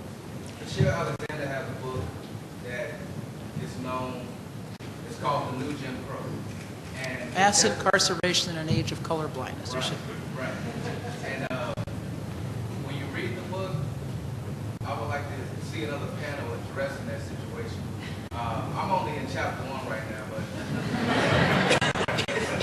it's already stirring something within me. So I wanted to know if anyone on the panel has ever heard of those two professors and their scholarly articles. So I haven't heard of the second law professor, but actually Michelle Alexander was here at Roosevelt University in the last 6 to 9 months and talked about her book. Very impressive young woman, and I think she makes a very powerful case. So tell a little story out of school. I met with Rahm Emanuel right after he was elected, but before he was sworn in, and I told him that I hoped that he would focus on education because the failures of public education were feeding my jail, and I gave him a copy of The New Jim Crow. I don't know if he ever read it, but I did give it to him. Yes, sir. Mike Orsi, I'm an appellate defender. This isn't exactly a diversion question, but one, I think, big cause of pre-trial delays or continuance after continuance, trying to get police reports and test results and quotas and everything else. Has there ever been any talk of the state attorney being able to reach into the police department database and just pulling it out and not having to bother the detective for it? I mean, that seems to be that considered about that. Yes, that does happen. We need to wait, of course, until a report is complete or a report has been signed off on by not only that detective who has investigated the case, but also by that detective supervisor. So yes, we do, with our sad little system, do share their information and are able to pull up a lot of that information. It's just once it's signed off on, it then can be discovery and turned over to the public defenders or to the defense attorneys. All right, the public defender is under the President's office, so I want to thank you for your service to the county. Yes, sir. My name is Robert Newman. It seems that everyone is saying that an important first step is to collect additional information to be provided at the bond court in the hearing. Is it your understanding, everyone's understanding, that the principal problem there is finding the additional funding, the additional resources to collect that information and make it available at that stage? Is that the next step? Well, first of all, let me just say, our bond court study is coming out next week. I haven't seen it. I am very grateful to Justice Ann Burke for her good work on this. She's really taken the lead, and I appreciate it. I know that Judge Biebel has had conversations with the folks working on the bond court study, and I don't want to preempt their findings, because I haven't seen the report, by speculating on what might be in it. But we will surely share it with all of you when it's available. Anybody else on the panel want to add to that or respond? The point that I was making is just for people to maybe think about it a little bit differently. At some point, everybody in the system is collecting information, and oftentimes there's a lot of overlap. Just this example with the Chicago Police Department. It's thinking, how can we do that more efficiently? And if the state's attorney is looking at the criminal history record and pretrial is, and the staff at the jail and probation and the Illinois Department of Corrections, then to put it very simply, couldn't we come up with some way where it would be in a format at the first point that someone's looking at it that everybody's needs are satisfied, so people aren't having to go through. I know I've seen some things in the state's attorney's office where they're looking at an individual's criminal history record. They print out the rap sheet and they go through it and they're looking for certain things. You go down to the Illinois Department of Corrections, and when someone's admitted to prison, they do exactly the same thing. They print out a criminal history record and they look through it for certain things. So just in that example, there's some duplication, and I think when you look at all the types of information collected, if there was a way to think about it a little bit differently, it might not only make it more efficient, but also have information available much earlier in the decision-making process. By the way, I should thank and commend Dave Olson for his good work. He's really the researcher who has done the most work on how we're doing in terms of criminal justice in Cook County, and we rely on his expertise and his analysis of data, so thank you. Yes, sir. Good afternoon.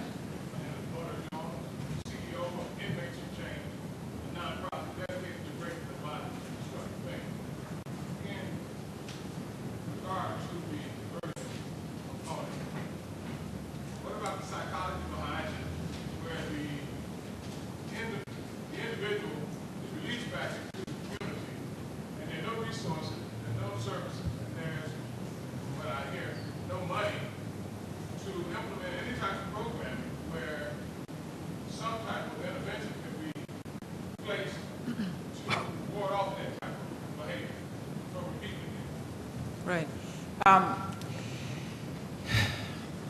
I guess I'm coming at it from a different way, which is to try to keep as many people out of jail as possible, and to ensure that people who are awaiting trial are not in jail. Coming out of the Department of Corrections, people in the Department of Corrections are, this is a state agency, and I would argue that it's really the state's obligation to help us provide resources to help people transition back into the community. It's local units of government, whether it's the city or the county, are really stretched, and it's difficult for us to provide programming to support people who are returning to their neighborhoods. Although this is a critical gap in our present social safety net, let's put it that way. Well, it's something we need to try to figure out how to address. You're right. Yes, sir. Yes, Al. Al Sharp, Protestants of the Common Good. In Seattle, there's a new program, only about 6 months old, called the Law Enforcement Assisting Diversion. And it's an instance, a pilot program over the next 4 years, where police on the street are referring low-level recidivism people who they should know directly into services.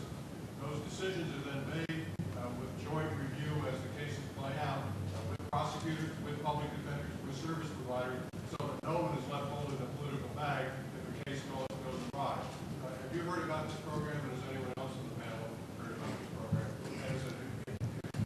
have and you don't think it's suitable? Is it because Seattle ain't Chicago? So I haven't heard about it. I will tell you, though, that Seattle and King County, of which Seattle is the principal city, are kind of in the forefront of reform around these issues.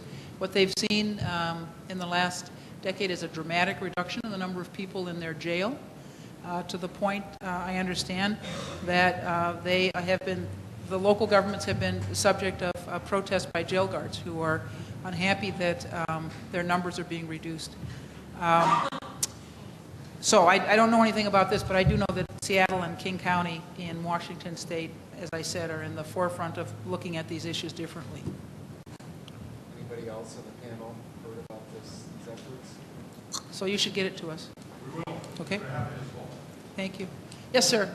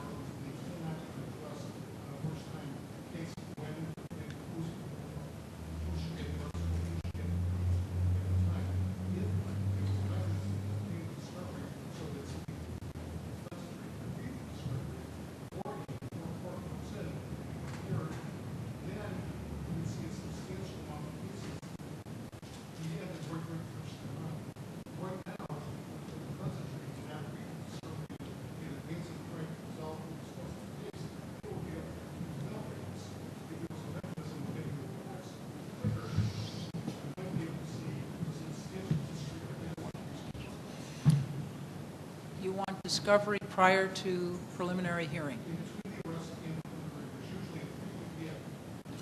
Okay. I'll make a note of it. Discovery prior to preliminary hearing.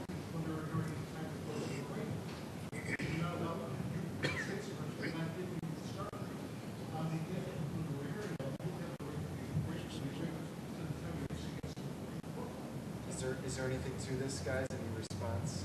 And for many of the cases that aren't quite as involved, that aren't Class X offenses, homicides, we do have our reports at that level, and we do try to plead out as many cases as we can at that point. Or yes, we do. I'm sorry. I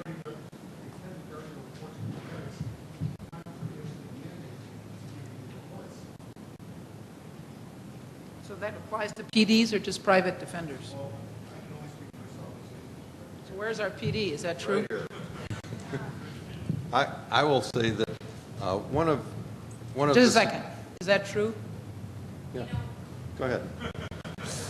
Take it. I don't want to get into debate with Sean and this gentleman, but I think that depending on the courtroom, it could be true that sometimes we get police reports before the preliminary hearing, and sometimes the state attorney isn't as willing to give us the police reports. I think I've heard in some of my suburban districts, and we talked about the suburbs for the public defender, but I don't think it's a common practice. I think the state attorneys have their reports, and there's going to be preliminary hearing, they let us look at it so we can be prepared to cross-examine the police officer. I mean, it's fair, and I think that most state attorneys are very upfront. And then sometimes they don't have the reports or all the reports. They have some of the reports, as Sean has said.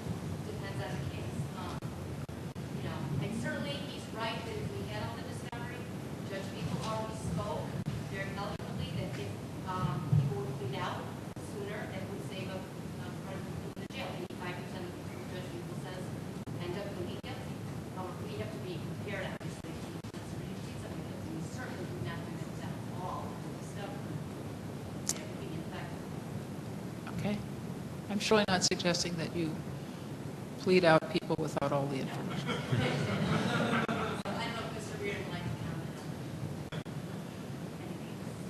Well, just speaking out of school, one of the suggestions that Judge Burke has had is that at the bond hearing, everybody will get electronically all of the data that the judge will need beforehand. So the public defender, the state's attorney, and the pretrial services officer will all have the same thing before we even start the bond hearing. including the whatever we have, which is an arrest report at least.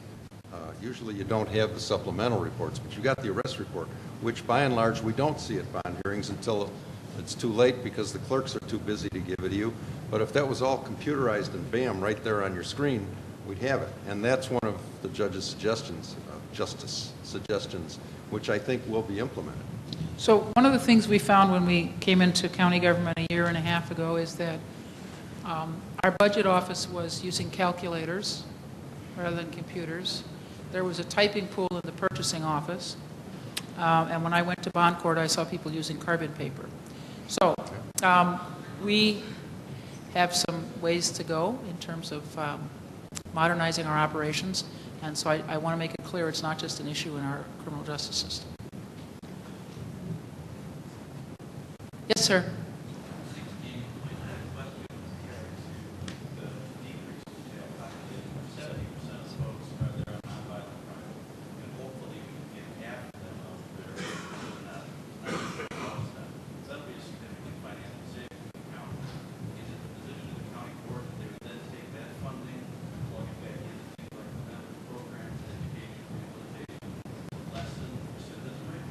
Well, so it's a chicken and egg proposition. I want to invest more money, and we, at the last county board meeting, we put money into an effort to provide housing for people who were eligible for electronic monitoring but had no home.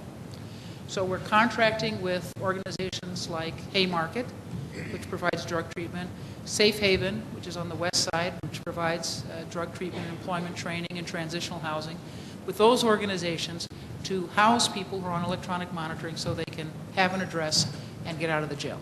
So we're trying to figure out how we can remove more people from the jail population in the ways that are already available to us. The more we bring the jail population down, the more resources we have to put into things like drug treatment or supportive housing for people who are mentally ill. I'm told by Thresholds, an organization that I respect, that on any given day, 1/3 to 40% of the people in our jail are people who struggle with mental illness. Well, if we're going to have resources to provide alternatives for them, we got to reduce the jail population so we have that money. So as I said, it's kind of a chicken and egg proposition, and we're incrementally dealing with it now, and hopefully, well, let me just say there are what seems to be obvious, like you shouldn't be using carbon paper in the courtrooms. If you give everybody computer screens, you may need fewer people. Likewise, if there are fewer people in the jail, you need fewer jail guards. So there are constituencies that are not necessarily happy to see us move in this direction because it means a loss of public sector jobs, or at least not a growth of public sector jobs in the same way there's been in the past. So what seems obvious to me isn't always well received by the people I have to deal with in the public safety arena. Yes? My name is Alexis Mansfield. I know there was some discussion about different types of specialty courts. Are there any ideas that you might have to increase the types of specialty courts or anything that you think might be beneficial? When you consider the amount of people who have mental illness who are in the system, we necessarily have to increase that number. I think the criticism of the specialty courts are there are not enough of them. And that's ironic when you think about it. I think we have more specialty courts in any county that I'm aware of. But I certainly think that more people can be impacted with the help of mental health courts. Because what we do find, and Mark Kammerer's statistics would bear this out, people go through those programs, don't come back very often. When you have the high recidivism rate, which we have, which I think indicates the failure of the criminal justice system to a great extent. I'd like to have more specialty courts, keeping in mind that we use existing resources for those courts, but we have to provide services for them. And right now, we're finding that our service providers are finding they don't have any more money, and that is a problem. I just want to say, I don't know, Judge Beagle, the last number I heard was like 52% recidivism rate or something like that? Within 3 years, 50% are back. Within 3 years. So 50% are back within 3 years. And to anything we can do to knock down that recidivism rate, we ought to be trying. So I want to commend Judge Beagle. Yes?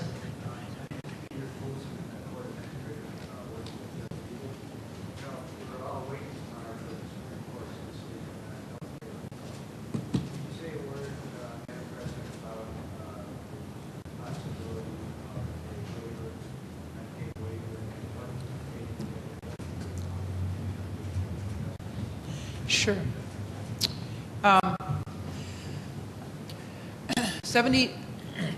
85% of the people who come into our hospitals and clinics in Cook County for primary care are uninsured. And 55% of the people in our hospitals. So 55% of our inpatients and 85% of our outpatients have no insurance at all.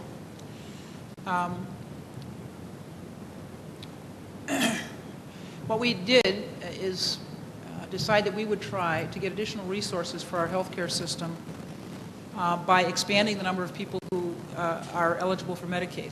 As you probably know, and this is the reference, in January of 2014, across the country, the Medicaid program will be expanded. There will be greater eligibility for Medicaid. And so that includes us in Illinois.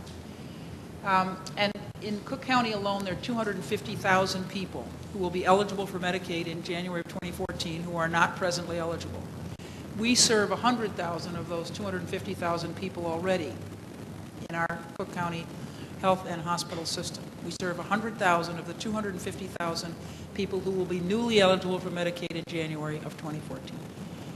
So, Dr. Ram Raju, who is a godsend and who is now the director of our healthcare system, said when he came in, you know, basically, why haven't you applied for a waiver to enroll these people early in Medicaid so that you can get some compensation for the care that you're presently providing for them. And by the way, we euphemistically call people who can't pay for their care self-payers because they have no insurance, no Medicare, no Medicaid. They are self-pay, and of course, they don't have any money to pay. All right, so we got the legislature to pass, to give us permission to apply for this waiver. The governor has signed off on that, and now we are awaiting the decision by the Supreme Court tomorrow.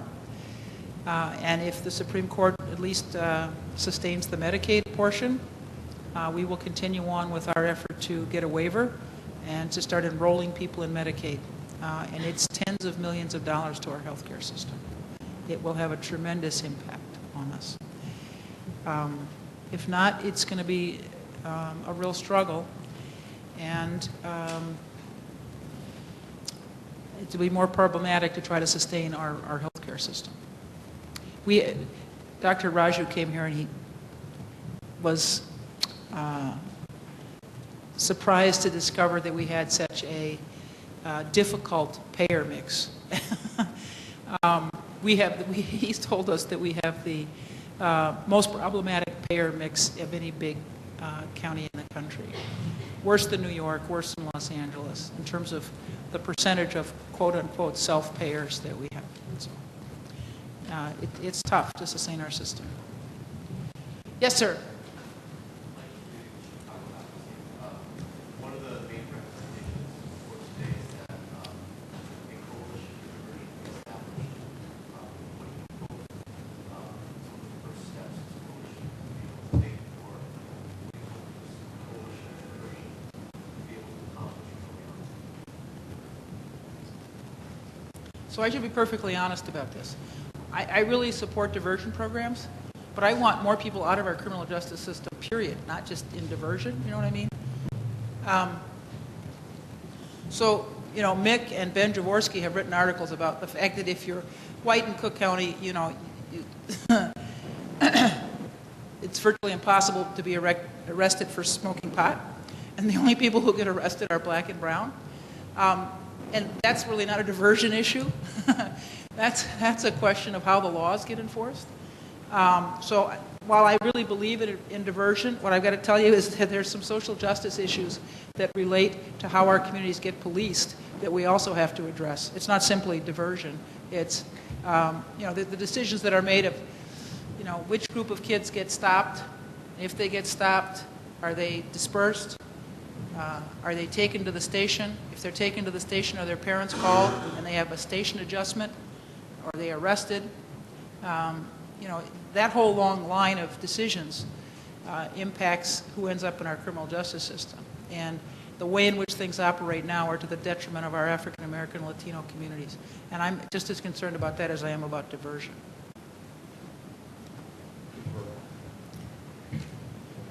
We've been given the high sign. Okay, so I want to thank Mick again. Mick and Ben Jaworski for...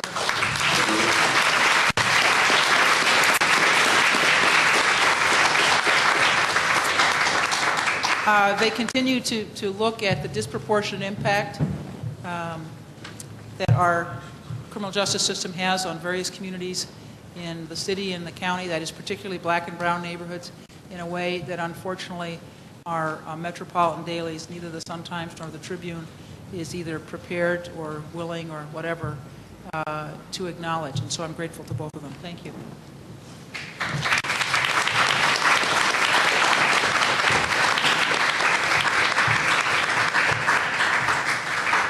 Thanks, President Preckwinkle, and thanks for taking the time out to come here and to field all of our questions. Really want to thank the panelists here for being on the hot seat or the hot seats, literally today. And thanks to all you guys for coming out and asking good questions and listening.